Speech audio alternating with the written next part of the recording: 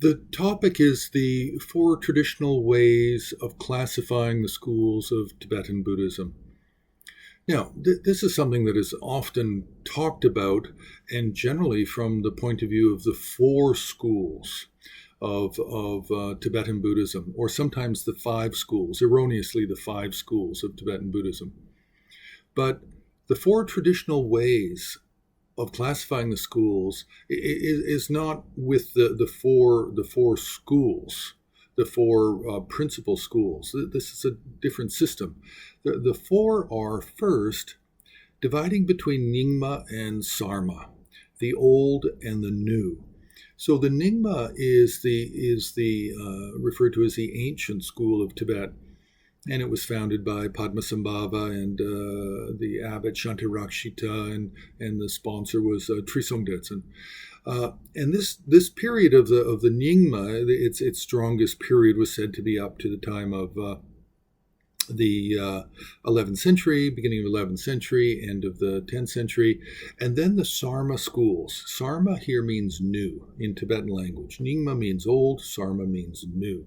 So in the 11th century, the new schools began to appear, and they were brought to Tibet, the Buddhist teachings, by many different Indians and Tibetans who had learned Sanskrit, different translators.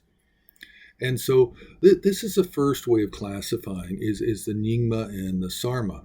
Then the second is the four principal schools of what we call the Nyingma, Sakya, Kagyu, and Gelug. But this is very much a construct. It's an artificial system, and it was actually designed in the 17th century by the Ganden Podrong under the fifth Dalai Lama. And he came up with the idea of the four schools of Buddhism and the Bön religion.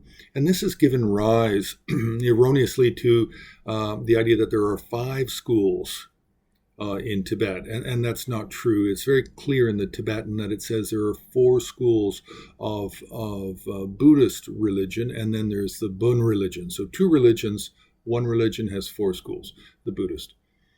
In modern times, of course, the Jonangpa have also wanted to be known as the fifth school of Tibetan Buddhism. But anyway, we move on to the third sort of way of classifying the schools is really it may have originated more with from the Chinese side, but it's a red hat and yellow hat. Red hat means those following the Nyingma, Sakya, Kagyu, Jonang, and others, and then the yellow hat means those following the Gelug. So there's a very clear sectarian distinction here, red hat and yellow hat. And this is very commonly found in places like China, Mongolia, and even parts of Tibet, yellow hat, red hat. Then we have the fourth, and the fourth is a system that is possibly, I've not looked into it too much, but it appears that it might have been a Nyingma teacher who came up with this, and then it was promoted again by it could be a teacher of Jigme Lingpa's or a teacher of Jigme Lingpa, and what it's called is the 8 Chariots of Spiritual Accomplishment.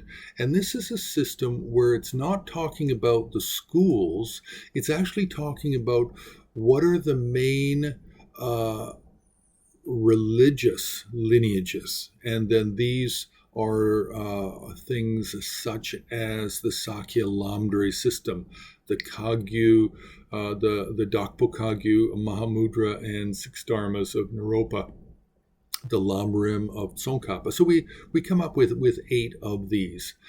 Plus there are other systems